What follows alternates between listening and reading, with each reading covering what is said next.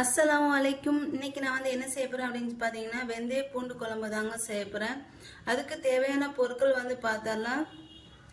நான் வந்து 150 கிராம் சின்ன வெங்காயம் எடுத்திருக்கேன். அடுத்து 200 கிராம் தக்காளி எடுத்திருக்கேன். ஒரு 20 பல்லு பூண்டு எடுத்திருக்கேன். 20-25 பல்லு பூண்டு எடுத்திருக்கேன். ஒரு 2 துண்டு இந்த மாதிரி துண்டு 2 துண்டு தேங்காய் எடுத்திருக்கேன். அடுத்து ஒரு 7 இல்லை 8 காஞ்ச மிளகாய். நான் வந்து 7 எடுத்திருக்கேன். உங்களுக்கு காரம் அதிகமாக வேணும்னு அப்படின்னா நீங்கள் வந்து கூட கொஞ்சம் வேணால் எடுத்துக்கோங்க. நான் வந்து ஒரு 7 காஞ்ச மிளகாய் எடுத்திருக்கேன். அடுத்து லெமன் சைஸ் புளி, இதை வந்து நல்லா கழுவிட்டு நான் வந்து ஊற வச்சுருக்கேன். அடுத்து 1.5 ஸ்பூன் வெந்தயம். இந்த வெந்தயத்தை வந்து நல்லா இதையும் நல்லா கழுவிட்டு நான் இது வந்து ஒரு 1.5 மணி நேரம் இதை வந்து ஊற வச்சுருக்கேன் இந்த வெந்தயத்தை வந்து. அடுத்து 1 ஸ்பூன் துவரம்பருப்பு, 1 ஸ்பூன் மல்லி, 1 ஸ்பூன் கடலைப்பருப்பு, அடுத்து 1/2 ஸ்பூன் ஜீரகம், அடுத்து வந்து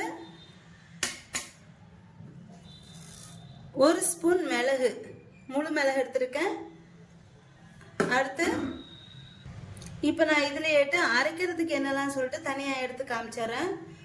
தக்காளி அரைக்கிறதுக்கு எல்லாத்தையும் எடுத்துக்கணும். 200 கிராம் தக்காளி சொல்லியிருந்தேன். 200 கிராம் தக்காளி எடுத்துக்கோங்க. அடுத்து காஞ்ச மிளகாய் ஒரு 7 சொல்லியிருந்தேன். 7 காஞ்ச மிளகாய். இதில் வந்து நான் வந்து 150 வெங்காயம் சொல்லியிருக்கேன். இதில் 150 வெங்காயத்தில் 75 கிராம் வெங்காயம் அரைக்கிறதுக்கு எடுத்துடுறேன் பாருங்கள்.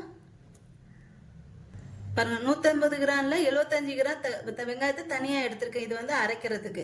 அடுத்து அதே மாதிரி பாதி இந்த பூண்டு ஒரு 20-25 பல்லு பூண்டுல பாதி பூண்டு இது வந்து அரைக்கிறதுக்கு இதுல இருந்து எடுத்துக்கிறேன். நான் வந்து இது எடுத்துக்கணும். அடுத்து வந்து தக்காளி எடுத்துக்கணும். அடுத்து தேங்காய், இந்த தேங்காயும் அரைக்கிறதுக்கு தான் இதையும் எடுத்துக்கலாம். அடுத்து வந்து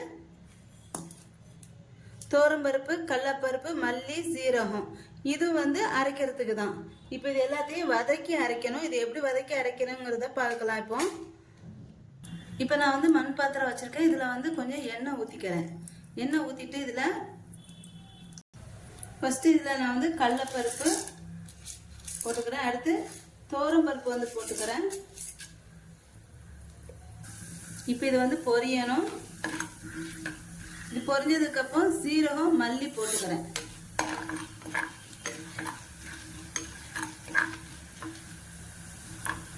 இது வந்து பொன்னிறமா பொரிஞ்சுக்கணும்.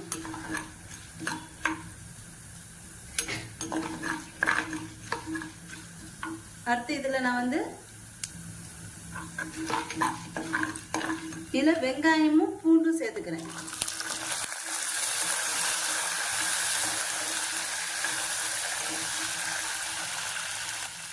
இதுவும் நல்லா வதங்கிடும். பூண்டு வெங்காயம் ரெண்டும் சேர்த்து நல்லா வதங்கணும்.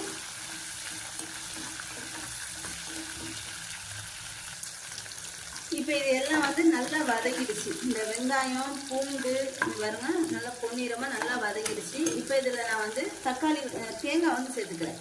தேங்காய் வந்து நான் வந்து துருவிட்டு சேர்த்துக்கிறேன். இதில்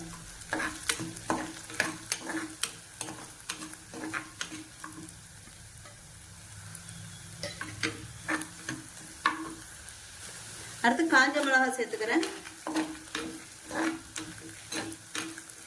அடுத்து தக்காளி வந்து சேர்த்துக்கிறேன்.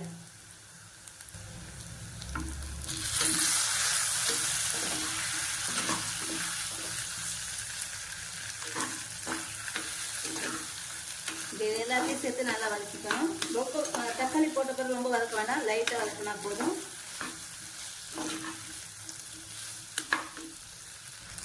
இப்போ இதை வந்து இறக்கிடலாம். இறக்கிட்டு நல்லா ஆற வச்சுட்டு இதை வந்து நைஸாக அரைச்சிக்கணும். இப்போ நான் வந்து திரும்ப வந்து அதே மண் பாத்திரத்தில் கொஞ்சம் எண்ணெய் ஊற்றிருக்கேன். இந்த எண்ணெய் காஞ்சதுக்கப்புறம் அதே பாத்திரம் எண்ணெய் ஊற்றிருக்கேன். இப்போ அதில் வந்து கடுகு போட்டுக்கிறேன்.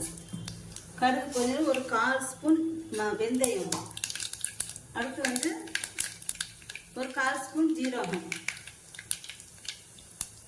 அடுத்து கருவேப்பிலை,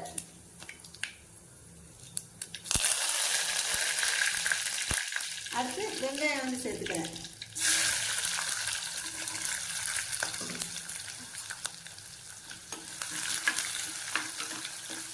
அடுத்து பூண்டு சேர்த்துக்கிறேன்.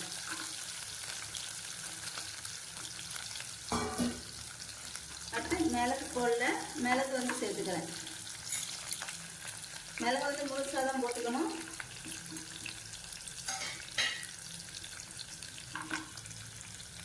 இப்போ இது எல்லாத்தையும் சேர்த்து நல்லா வதக்கிக்கணும்.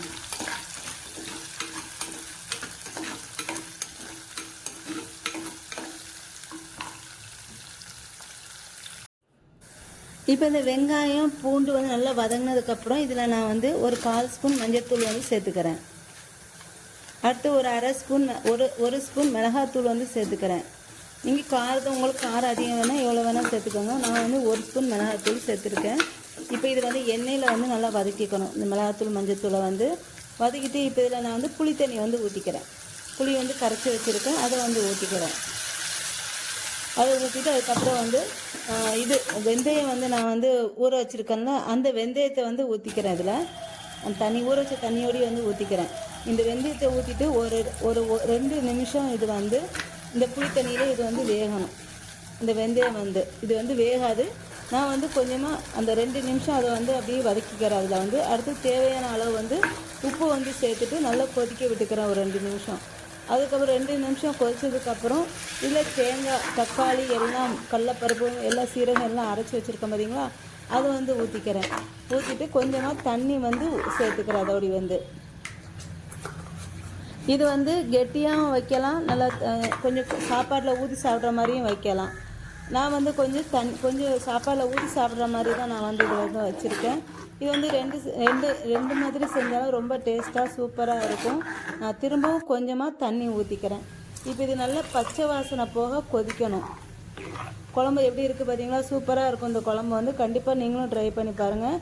இப்போ நல்லா கொதிச்சிருச்சு. கடைசியாக நான் மல்லித்தலை தூவி குழம்பு வந்து இறக்கிறேன். இது வந்து நான் வந்து சாப்பாட்டில் ஊற்றி சாப்பிட்ற மாதிரி வச்சுருக்கேன். நீங்கள் வேணால் கெட்டியாக தொட்டுக்க மாதிரியும் வச்சுக்கலாம். இது வந்து என்னோட இந்த வீடியோ உங்களுக்கு பிடிச்சிருந்தா லைக் அண்ட் கமெண்ட் ஷேர் பண்ணிக்கோங்க. என்னோட சேனலை மறக்காமல் சப்ஸ்கிரைப் பண்ணிக்கோங்க.